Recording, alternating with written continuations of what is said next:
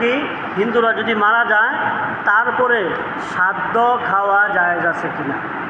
এখন বলতে পারেন যে আমরা মুসলমানদের তো কখনোই তাদের খাবার খাওয়ায় না, আমাদেরকে আলাদা রান্নাবাড়ি করে অথবা আমাদের জন্য আলাদা খাবার খাওয়ায়। এখন তারপরেও জায়েজ আছে কিনা না। ফতোয়ায়ে দারুল উলুম দেওবন্দ একটা কিতাব আছে, ফতোয়ায়ে দারুল উলুম দেওবন্দ, এখানে লেখা আছে কি করা যাবে না, হিন্দুদের ধর্মীয় কোনো রীতিনীতি অনুষ্ঠানে যাওয়া যাবে না।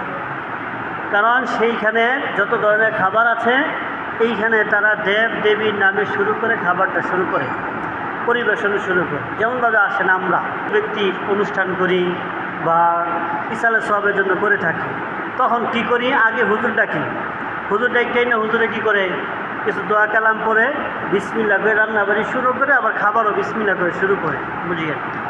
এই কাণ্ডটা কিন্তু ওরাও করে, ওরা 3 দিন 7 দিন 14 দিন 21 দিন এগুলো কিন্তু ওরা খুব মান্য এগুলো কাজগুলো করে কইরা তারা খাওয়ায়। এখন খাওয়ানোর আগে করে কি জানেন, একেবারে এটার শুরু থেকে নিয়ে শেষ পর্যন্ত পণ্ডিত থাকে তাদের। আর পণ্ডিত না থাকলে নিজেদের মধ্যে যে যারা যা জানে তাই থাকে, তাই কা শুরু করে দেবদেবীর নামে রান্নাবাড়িটাও এবং পরিবেশনটাও শুরু করে দেবদেবীর নামে। সব কিছু শুরু হয় কিসের মাধ্যমে, দেবদেবীর নামে। এই দেবদেবীর নামে শুরু করার কারণে যদিও বা তারা আমাদেরকে তাদের হাতের রান্না খাওয়াইতেছে না, শুকনো খাবার খাওয়াইতেছে, কিন্তু পরিবেশনটা করছে কিসের মাধ্যমে, দেবদেবীর নামে। আর এটা সওয়াব মনে করতেছে, এই জন্য কী করা যাবে না, তাদের খাবারে যাওয়া যাবে না।